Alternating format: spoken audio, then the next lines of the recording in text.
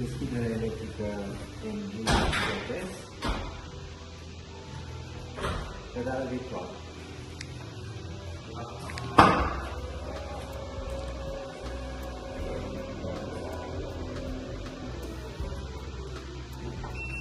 Închiderea se poate face din buton sau tot pedală virtuală.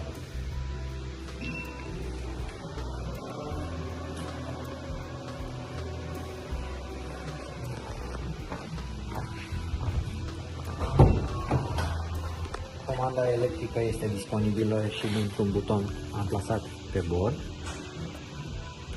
secunde.